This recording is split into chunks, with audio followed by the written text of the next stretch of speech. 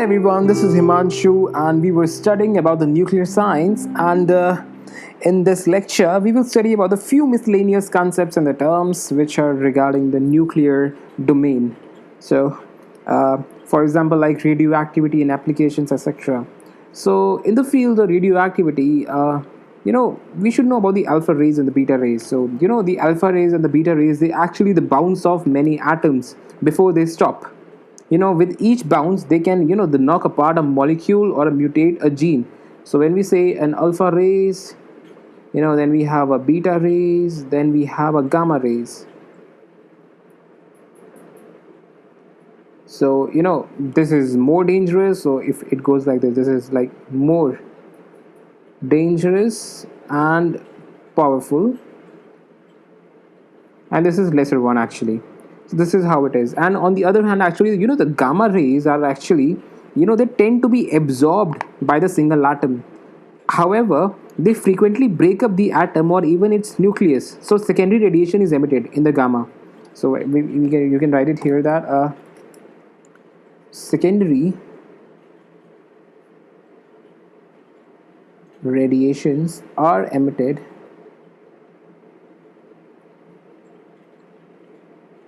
in gamma rays, and because of these radiation it is said to be the most harmful. So that is the only reason.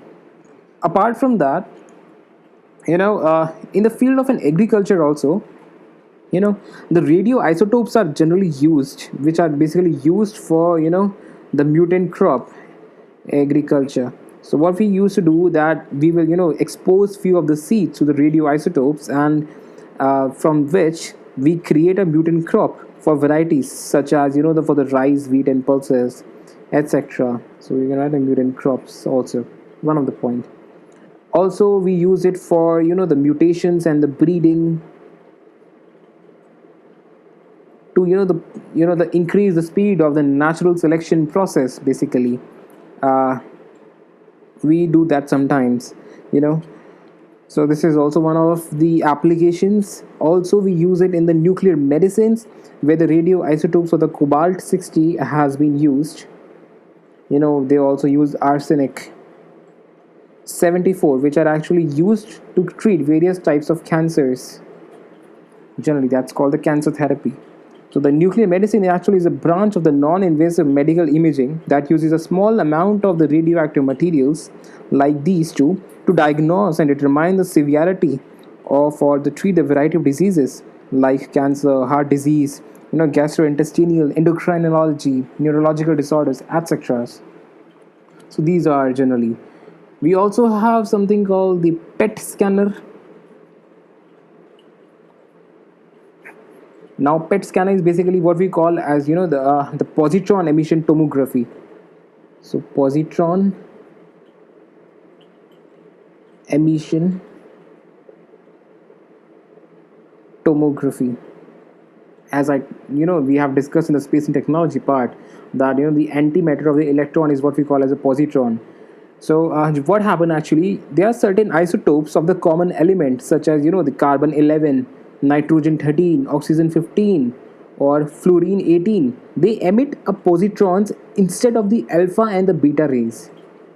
Now these positron actually is a form of an antimatter, which when stopped by the electron they release the gamma rays, which are detected by the gamma detector. So this is what the PET scan does. So the next one we can read about is basically the cyclotrons. Now the cyclotrons are what we studied earlier, that it is the particle accelerator, and the best source of the high energy beams are generated from this thing for the nuclear physics experiments, and they can also be used to treat cancers also. And the ion beams from the cyclotron can be used as in the proton therapy to penetrate the body and to kill tumors by radiation damage. We can use this thing for that. Also the next application where it has been used is basically the SPECT scan, SPECT. Now SPECT scan is basically the full form is single photon emission computerized tomography. Let me write it here. Single photon emission computerized tomography. Now, this is basically a non-invasive, the nuclear imaging testing with using a gamma detectors. It produces the 3D images of internal organs. So this is what the PET scanner does actually. Uh, the next one is basically we also use this radiations also in the water management and the food radiations also. This can be another one. So for the water management and the food irradiation, because generally for this thing I think we use the cobalt 60. If they can ask you somewhere, then it is cobalt 60 what we use. So to increase the shelf life and to kill all the microorganisms, bacteria, we use these kind of things. And also the another thing that we need to cover, the few of the reactors, I think that would be pretty much good. Like there are like BARC is there, Bhabha Atomic Research Center, which is basically for the nuclear reactor research. Radioscope is there. Then we have the APSARA. APSARA is basically this is we also call as a swimming pool reactor.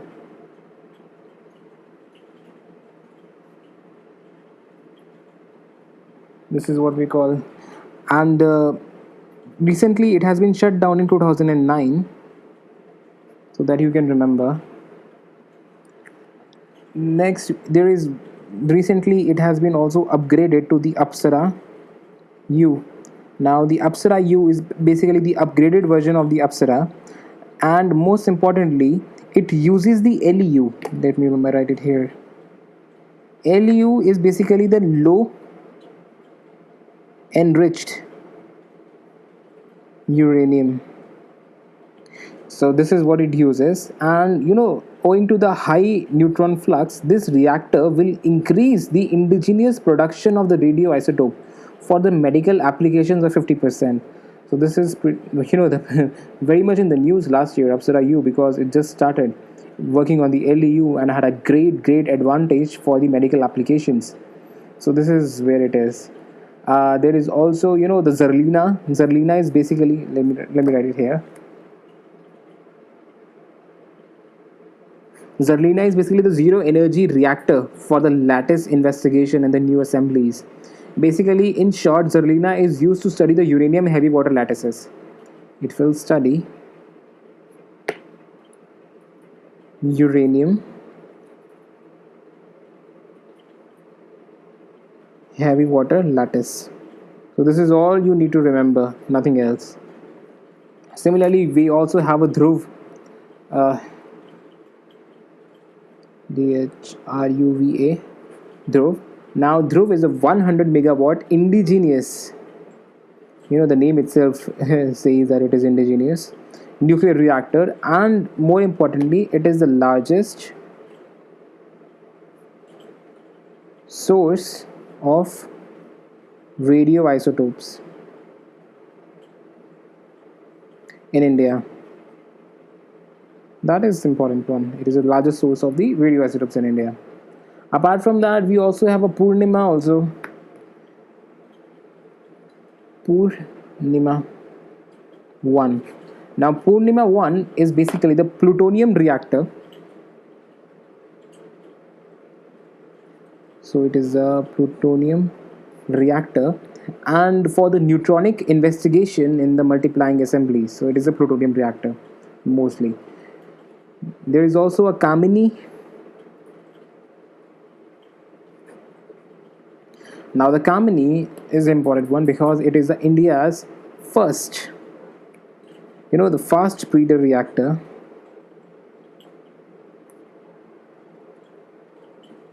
which uses uranium-233 fuel. It is at Kalapakkam, right? And this is basically very important for the three stages of the India's nuclear program. So this is why it is more important. Apart from that, uh, there is something called the Roopur. The Roopur. It is actually in the Bangladesh. Roopur nuclear power project.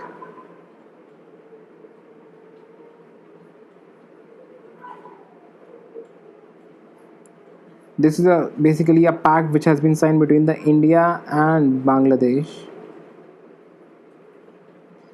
It is a civil nuclear cooperation agreement, and the Russia will help us. So this will be the first time the Indian companies will be able to participate in the nuclear power project abroad, that is in the Bangladesh itself. So this was in the news. So you can remember this thing. And apart from that, you know, cyclone. The cyclone 30 is there. Cyclone 30 is actually not the cyclone that you're thinking. Cyclone 30. Now actually this is what we call as a medical cyclotron facility. It is actually the biggest cyclotron in India. So it is the biggest cyclotron in India for the medical applications. Remember that thing. So it is not for the physics one, it is for the medical applications. And it became the operational in 2018. More importantly, it at Variable Energy Cyclotron Center DAE it's in the DAE itself. And apart from that, it will use the 18F. 18F is basically the fluorine 18 isotopes. Fluorine, yes, isotope. This is pretty much regarding the cyclone 30. The next one is basically in the news was the Cesium 137. The Cesium 137. So it is actually heavier radioactive isotope of the cesium. So it is more heavier radioisotope and more stable than the cesium 133, with texture of the silvery white texture and some blah blah blah blah blah. And it is actually the very few metals that exist in the liquid form at the room temperature. So maybe somewhere they can ask you, so let's better be prepared for everything. You should know something about everything, because that's what I think the UPSC wants these days. So it is exist in liquid form at room temperature. This is pretty much it. Apart from that, it has a half-life of 30 years, etc., etc. The next one that we gonna study is the global center. GCNEP was also in the news actually. GCNEP. So GCNEP. This stands for the Global Center for Nuclear Energy Partnership. Now the government of India has approved the establishment of the GCNEP at village. You remember the name of this village. The village name is actually Jasor Kheri. It is actually near Bahadurgarh. That is basically in Haryana. So this is a location, and basically the GCNEP will help in the capacity building in association with the interested countries and the IAEA in involving, or you can say evolving the technology and the human resource development, education and training, etc., etc., and the R&D. So this was basically about the GCNEP.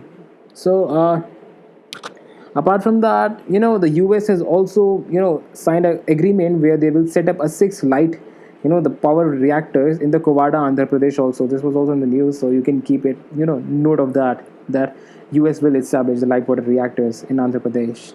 So I think this is all the pretty much about the nuclear science part, which is essential for the UPSC prelims. They won't ask more than this, I hope so. So this is an end of the nuclear science, and in the next domain, we will read about the biotechnology. So let's jump to the biotechnology then. Thank you, guys.